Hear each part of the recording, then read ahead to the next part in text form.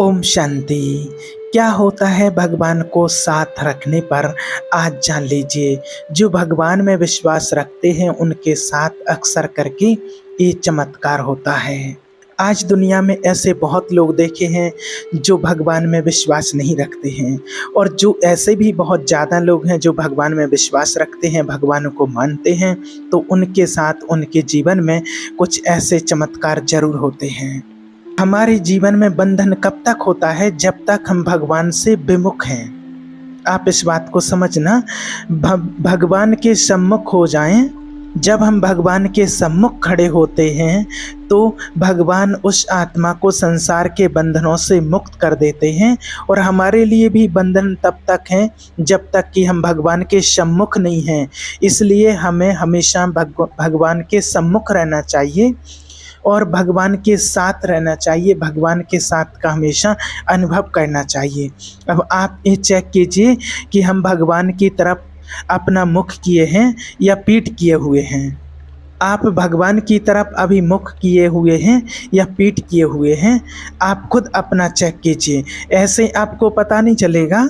जब आप मंदिर जाते हैं या भगवान के दर्शन करने जाते हैं, उस टाइम पर तो आप सामने से जा रहे हैं तो आप मुख भगवान की तरफ किए हुए हैं, या कई लोग होते हैं दर्शन करने के बाद भी आते हैं तो पीठ नहीं दिखाते हैं, पीठ नहीं दिखाते भगवान को, और वो सीधे पीछे बैक होते हुए आते हैं, भगवान की तरफ मुँह करते हैं। लेकिन ये स्थूल चीज़ ये मानना नहीं है कि आप अगर भगवान की मूर्ति के सामने बैठे हैं तो उनकी तरफ आप मुख किए हैं। ऐसे नहीं आप समझ पाएंगे। आपको बताते हैं कि कैसे माना जाएगा कि आपका मुंह भगवान की तरफ है। इसको बहुत गहराई से समझने का है, इस रहस्य को समझना बहुत जरूरी है और अपने जीवन के लिए बहुत महत्वपूर्ण है। कैसे समझेंगे इसके लिए? देखिए, आप बताइए कि जब हम सुबह सुबह पश्चिम दिशा की तरफ जाते हैं, जब सूर्य उदय का समय होता है और पश्चिम दिशा की तरफ चलते हैं, तो उस टाइम पर हमारी परछाई हमसे आगे होती है या पीछे होती है? हमारी परछाई आगे होती है। जब पश्चिम दिशा की ओर सुबह सुबह चलेंगे तो हमारी जो परछाई है वो बिल्कुल हमारी परछाई हमारे सामने होती है। आप चलेंगे, परछाई आपके आगे आगे चलती जाएगी। क्यों? क्योंकि आपने सूर्य देव की तरफ पीठ करके रखी है। सूर्य की तरफ पीठ करेंगे तो पश्चिम दिशा की तरफ आपका मुंह होगा और आपके सामने आपकी परछाई होगी। तो पश्चिम दिशा की तरफ आप जा रहे हैं तो आपके सामने आपकी परछाई है। अब क्या करना है आपको कि आप सूर्य देव की तरफ अपना मुंह कर लीजिए। आप सूर्य देव की तरफ अपना मुख करके चलेंगे। आप जैसे सूर्य की तरफ चलेंगे तो जो परछाई आपके सामने थी वही आपके पीछे लग जाएगी और आपके पीछे पीछे भागेगी। उसी प्रकार से जब हम सभी आत्माएं, हम जीव आत्माएं जब परमात्मा को भूल जाते हैं तो वो संसार के सुखों की तरफ भागते हैं। तो जितना सुखों की तरफ भागते हैं, सुख उससे उतना ही दूर भागते जाते हैं जितना कि आपसे आपकी परछाई दूर भागती है पश्चिम दिशा की तरफ चलने पर। परंतु जब आप ईश्वर की तरफ मुंह करके और ईश्वर की तरफ भागते हैं तो संसार का सुख, चाहे मान हो, बड़ाई हो, पद हो, पैसा हो, प्रतिष्ठा हो, पत्नी हो, परिवार हो, बच्चे हो, धन दौलत हो, जब हम इनकी तरफ भागते हैं तो हमारी पीठ भगवान की तरफ हो जाती है। आजकल का आदमी ज़्यादातर किसकी तरफ भाग रहा है? पैसे की तरफ। तो पैसे की तरफ जब भागोगे तो स्वाभाविक है कि आपकी जो पीठ है वो भगवान की तरफ होगी। जब आप धन दौलत, पति पत्नी, बच्चे, परिवार की तरफ भागोगे तो पत्नी की तरफ, तो आपकी पीठ भगवान की तरफ होगी। जब प्रतिष्ठा, मान, बड़ाई की तरफ भागोगे तो भगवान की तरफ पीठ होगी। इसीलिए आपसे कहते हैं इनके पीछे न भागो, आप तो सिर्फ ईश्वर के पीछे भागने लग जाओ, भगवान की तरफ आप भागने के लिए लग जाओ, तो ये तो सब आपके ओर भागने लगेंगे, आपके पीछे पीछे भागेंगे परछाई की तरह। जैसे परछाई आपका साथ नहीं छोड़ती है, वो आपके पीछे पीछे भागने लगती है, वैसे ही संसार की सुख, मान, शान, पद, पोजीशन, प्रतिष्ठा सब आपके पीछे पीछे भागेगी, आपका साथ नहीं छोड़ेगी। जब आप भगवान के पीछे भागने लग जाएंगे, भगवान की तरफ अपना मुख कर लेंगे, भगवान की ओर जाएंगे, तो सारी चीज़ें आपके पीछे आएंगी। अभी आप इनके पीछे भाग रहे हैं, आप एक काम करिए, सिर्फ टर्न कर लीजिए, अपना मुंह घुमाइए और संसार के विषयों की न तरफ भाग करके आप ईश्वर की तरफ भागिए, भगवान की तरफ भागिए। जब हम सब भगवान की तरफ भागेंगे तो संसार का सुख हमारी तरफ भागेगा, ऑटोमेटिक खींचता हुआ हमारी तरफ आएगा। अभी हम सब परेशान हैं। आप देखिए, इस दुनिया में आज सिर्फ अपने भारत में ही 135 करोड़ से भी ज़्यादा आज जनसंख्या हो गई है। पूरी दुनिया में आज 800 करोड़ के लगभग 800 करोड़ से ऊपर ही ज़्यादा जनसंख्या हो गई है। लेकिन आज पूरी दुनिया में और अपने भारत में किसी भी इंसान से आप पूछ लीजिए, पूरे अपने भारत में कोई भी एक ऐसा इंसान मिल जाए जो कहे, जो 135 करोड़ से ज़्यादा जो पब्लिक है उसमें से कोई एक भी कह दे, कोई ये नहीं कह सकता कि मैं पूर्ण रूप से सुखी हूँ। चाहे वो रिक्शा चलाने वाला, साइकिल चलाने वाला हो, चाहे वो करोड़पति, अरबपति, खरबपति क्यों ना हो, सब अपने अपने दुखों से दुखी जरूर हैं। और सबके दुख का एक ही कारण है, वो आपको बता देते हैं, भगवान से विमुखता, भगवान से दूरी। यदि हमने भगवान से विमुखता की, भगवान से विमुख हो गए, दूर हो गए, तो दुख तो जीवन में आने ही हैं। ये तो लिखा हुआ है, हमारे शास्त्रों में भी लिखा हुआ है, भगवान को भूल जाओगे तो दुख नहीं मिलेगा तो क्या होगा। तो आप सोचिए, आप खुद अपने अंदर विचार कीजिए, आप लोगों में से कौन कौन सुख चाहता है, आप खुद बताइए। अगर आपसे बोलेंगे तो सभी चाहते हैं कि सुख चाहिए, हम सभी चाहते हैं कि हमें सुख मिले, हम सभी चाहते हैं। अब सुख मिलेगा कहाँ। आप भागते रहो जमाने में, पैसे की तरफ, परिवार की तरफ, दुनिया की तरफ आप भागते रहो, 24 घंटे भागते रहो, लेकिन सुख कहीं मिलने वाला नहीं है। भगवान की तरफ भागो, भगवान की तरफ बढ़ो। जब भगवान की तरफ कदम बढ़ाएंगे तो संसार का सुख अपने आप आपके पीछे लग जाएगा। फिर आप तो उस सुख से परे हो जाएंगे, ऊपर निकल जाएंगे। इसलिए हर प्राणी को, हर व्यक्ति को यदि सुख चाहिए तो उसे भगवान की तरफ चलना चाहिए, भगवान की तरफ मुंह करना चाहिए। अब आप बताइए कि आपका मुंह किस तरफ है, चेक कीजिए, भगवान की तरफ है या संसार की तरफ है। मेरे बाबा की तरफ अगर मेरा मुंह है तो हमें कभी किसी चीज़ की मुसीबत नहीं आएगी। वो मेरा बाबा दिल से कहा और बाबा हमारे साथ है, ये अनुभव किया। वो परमात्मा मेरा बाबा भोलानाथ मेरे साथ है। लेकिन आप चेक करो कि आपका मुख किस तरफ है, अभी संसार की तरफ है या भगवान की तरफ है। तो अधिकतर लोग सब यही कहते हैं, और चेक करके वास्तव में अपने अंदर जांच करके बताएं तो सब यही कहेंगे कि हमारा मुख है संसार की तरफ, संसार के सुखों की तरफ। और वास्तव में ही देखा जाए तो अभी ज़्यादातर लोगों का मुंह जो है वो संसार की तरफ ही है, भगवान की तरफ बहुत कम लोग हैं। अब क्या करना है कि हमें संसार की तरफ कम करना है और भगवान की तरफ ज़्यादा करना है। भगवान से और संसार से तो देखिए 25% जुड़ो और भगवान से आप 75% जुड़ो। अभी है उल्टा, संसार से तो 99% जुड़े हैं और भगवान से केवल 1% ही जुड़े हुए हैं। तो भगवान को लेकर के जब आप चलेंगे तो आपकी बेड़ियां पाँव की वसुदेव जी की तरह अपने आप खुल जाएंगी। जब आप भगवान को साथ लेकर के चलेंगे, भगवान के साथ का अनुभव करेंगे, जैसे जेल के ताले दरवाजे सब कुछ खुल गए थे, ऐसे ही आप जो कि माना कहने का भाव है कि जो ईश्वर को लेकर के चलते हैं, ईश्वर को अपने जीवन का साथी बना करके चलते हैं, उसके जीवन के बंधन सब टूट जाएंगे और स्वर्ग के बैकुंठ के दरवाजे अपने आप खुल जाते हैं जो भगवान को लेकर के चलते हैं। और जब आप भगवान का ध्यान करते हैं, आप भगवान की ओर आगे बढ़ते हैं, भगवान का भजन करते हैं, तो भजन जो आप ध्यान करते हैं वो आपको पहुंचाएगा कहाँ। जितना आप भगवान की ओर बढ़ेंगे, जितना आप भगवान का ध्यान करेंगे, तो सबसे पहले आपका सामना धन से होगा। संपत्ति से होगा।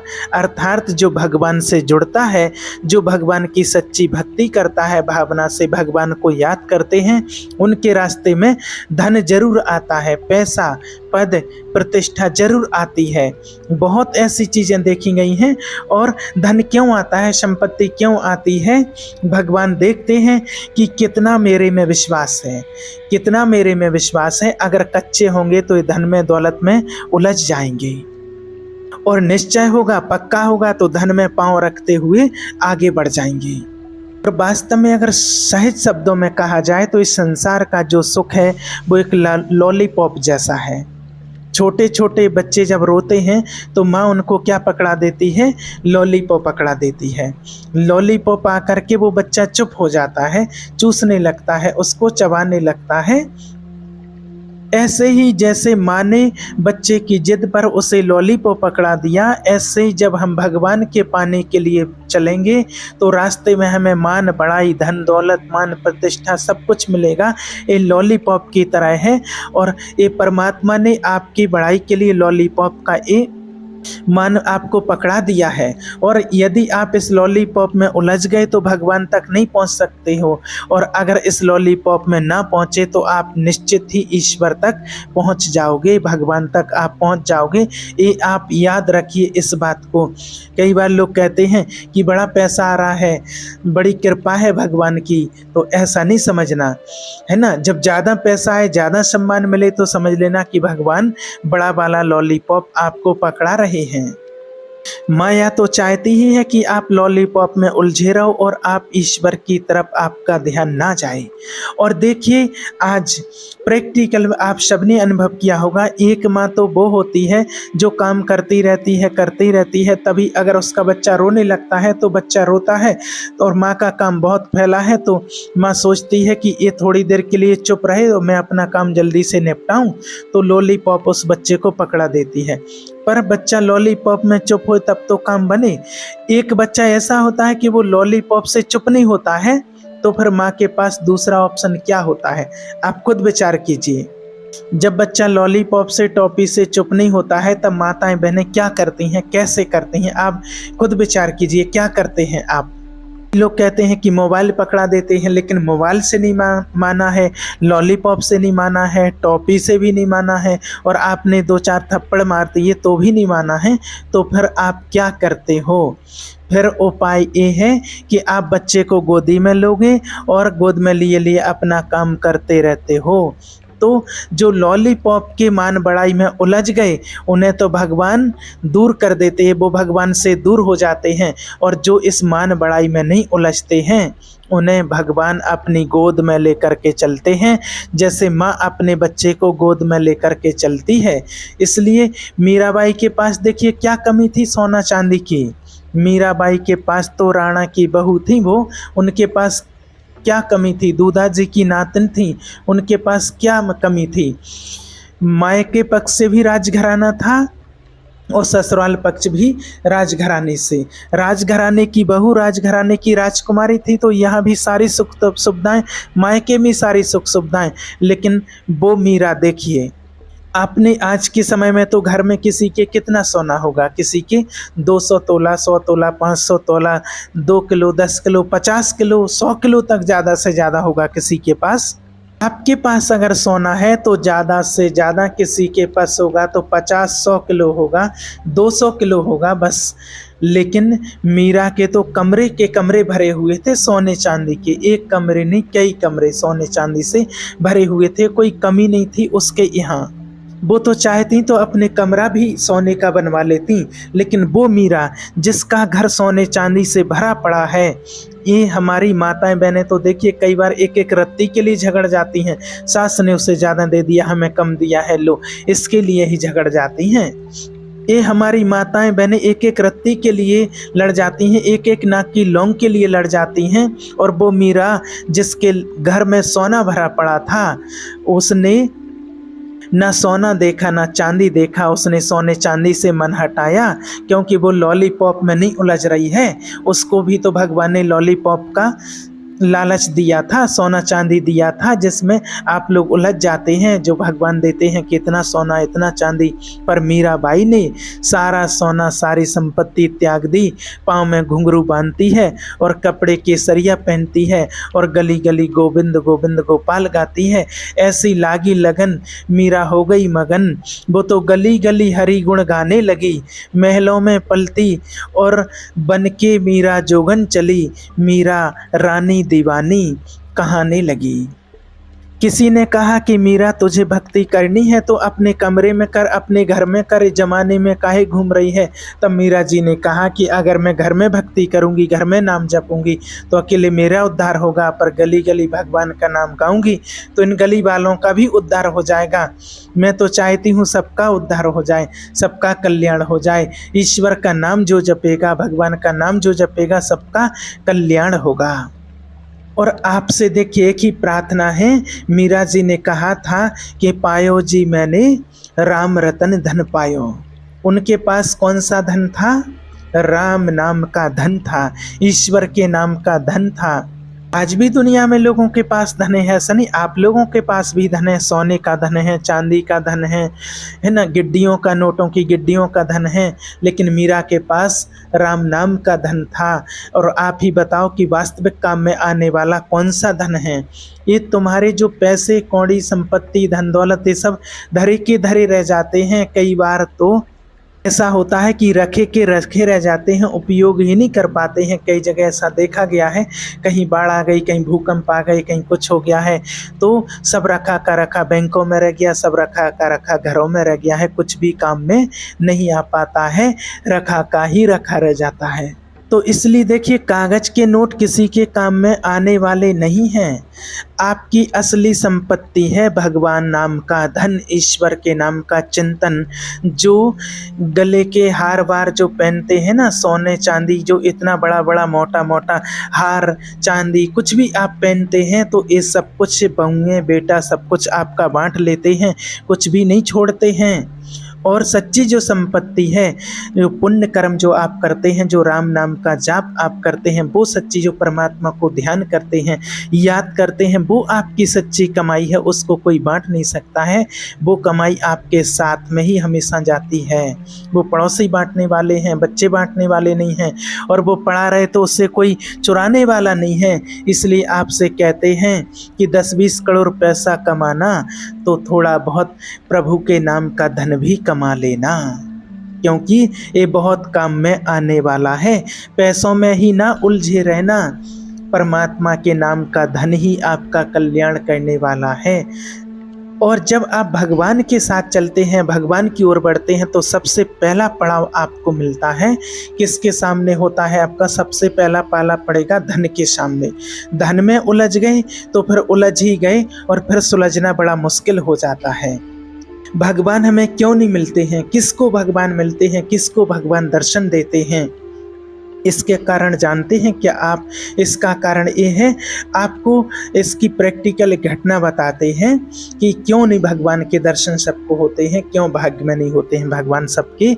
एक राजा था, उसने एक जंगल में मंदिर बनवाया था। वह तपस्या करते थे, पहाड़ी पर मंदिर था और भगवान का ध्यान करते थे। एकांत में जाकर के भगवान का चिंतन करते थे, भगवान का ध्यान करते थे, बहुत प्रेम से ध्यान करते थे।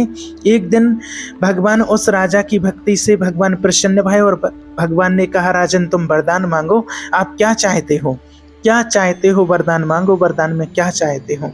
तब कहा, राजा ने कहा कि प्रभु अगर आप मुझे वरदान देना चाहते हो तो मुझे यही वरदान दो कि मेरी सारी प्रजा को आपका दर्शन हो जाए।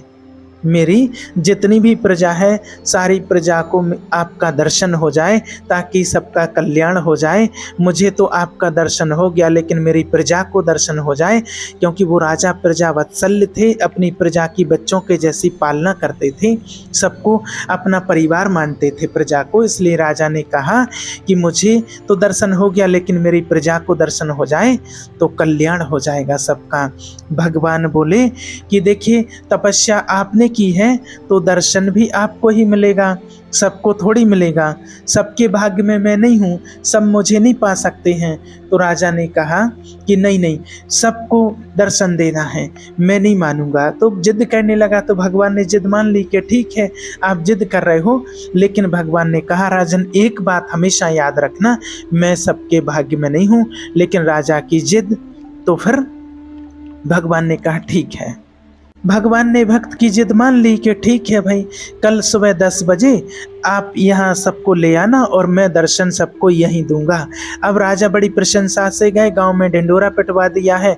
गांव में ढिंडोरा पिटवाया, दुहाई दे दी कि कल 10 बजे सबको भगवान मिलेंगे मंदिर वाली पहाड़ी पर, सब चलेंगे। कौन कौन चलेगा? तो सब तैयार हो गए, फ्री में भगवान मिलेंगे, कौन नहीं जाएगा। सारे बच्चों से लेकर के बूढ़े तक सब कुछ चल पड़े। चल दिए, सवेरा हुआ, जल्दी सबने स्नान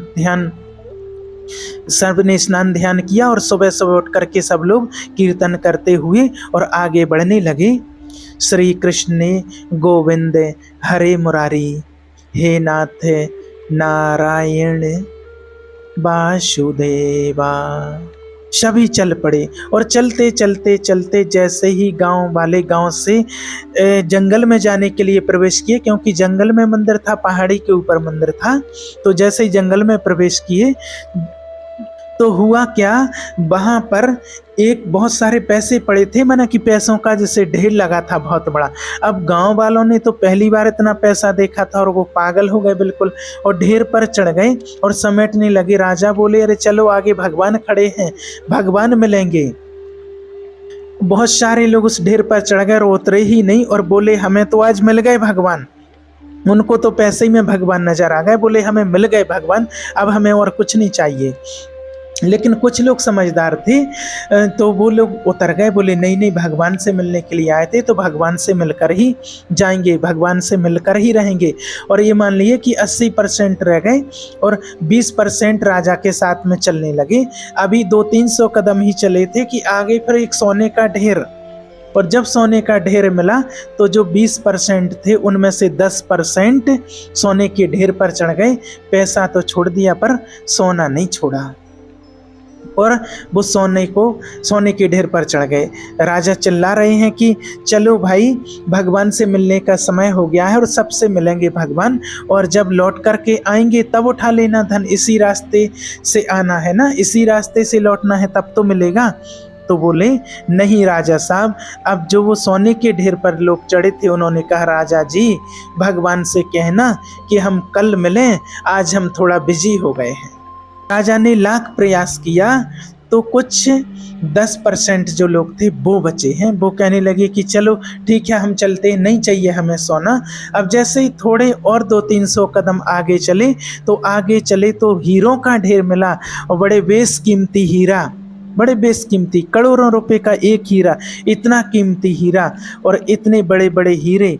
अब जो ये लोग जो 10% थे ये उस पर चढ़ गए हैं।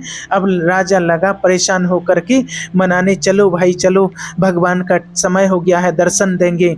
नहीं माने, सब चढ़े रहे हीरों के ढेर पर और कहने लगे, राजा साहब माफ़ करना, हमने नोटों की गड्डी छोड़ दी, सोना छोड़ दिया, लेकिन हम ये बेशकीमती हीरा नहीं छोड़ सकते हैं, बेशकीमती हीरा नहीं त्याग सकते हैं।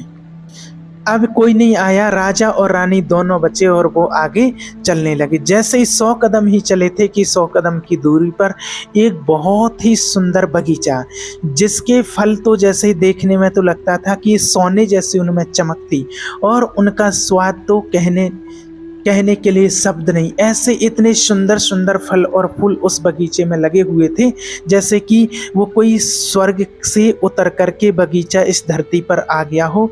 ऐसे सुंदर फल और फूल जिंदगी में अपने जीवन में कभी किसी ने देखे नहीं थे। रानी ने जैसे ही उस बगीचे को देखा और रानी उस बगीचे पर मोहित हो गई हैं और कहने लगी, राजा साहब मुझे इस बगीचे में थोड़ी देर के लिए रुकने दीजिए ना।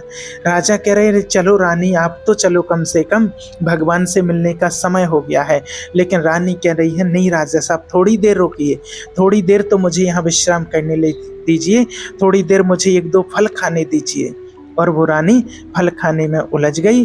अब राजा अकेले बचे और राजा चलते चलते चलते जा रहे हैं, अकेले पहुंच गए क्योंकि समय तो हो रहा था। जब राजा अकेले पहुंचे उस पहाड़ी पर तो राजा खड़े थे और भगवान ने कहा कि अरे आप तो अकेले आ गए, आपने तो कहा था अपनी प्रजा को लाएंगे, गांव वालों को लाएंगे, गांव वाले कहाँ हैं? राजा रोने लगे कि भगवान मैं गांव वालों को तो लेकर के ही आया था, पर गांव वाले सब सोने में, पैसे में और हीरे में उलझ गए हैं। यदि वो उसमें ना उलझते तो आज उन्हें मेरा दर्शन अर्थात प्रभु भगवान आपका दर्शन जरूर होता, पर उलझ गए। राजा ने ही दर्शन किया, जो नहीं उलझा वो पहुंच गया, उसने दर्शन किए, और जो उलझ गया सो वो उलझ गया, वो सुलझ नहीं पाया। और ये जो कथा है ये हमारे लिए है, ये प्रैक्टिकल हमारे जीवन के लिए है कि वो लोग जो सोने चांदी में उलझ जाते हैं, हीरे में जो उलझे थे, वो लोग कोई और नहीं हैं, वो हम और आप सभी हैं, जो भगवान से हम दूरी बना लेते हैं और सोना चांदी में उलझ जाते हैं और भगवान से हम विमुख हो जाते हैं। अब आप खुद चेक करो कि आप और हम सब क्या पैसा, सोना, चांदी, हीरे इन सब में नहीं उलझे हैं क्या? अपनी अंतरात्मा से पूछ करके आप बताइए। अगर हम ना उलझते पैसे में, ना उलझते अपनी मान बढ़ाई प्रतिष्ठा में, तो क्या हमें भगवान का दर्शन नहीं होता? आज भी दुनिया में इतिहास इस बात का गवाह है कि जो नहीं उलझे इन चीज़ों में उन्होंने पा लिया है ना, उन्होंने दर्शन किया है, हम नहीं पाए हैं क्योंकि हम उलझ गए हैं। तो इसलिए देखिए भगवान के मिलने में देर नहीं है, हमारे सुलझने में देर है। हम उलझे हैं, हम सुलझ जाएं तो भगवान तो हमें मिलेंगे ही मिलेंगे, फिर हमें मिलने से कोई रोक नहीं सकता है, भगवान तो हमें मिलेंगे ही मिलेंगे। इसलिए हमें इस धन दौलत में उलझे नहीं रहना है, हमें सुलझना है और परमात्मा का चिंतन करना है और परमात्मा तक हमें पहुंचना है। ओम शांति।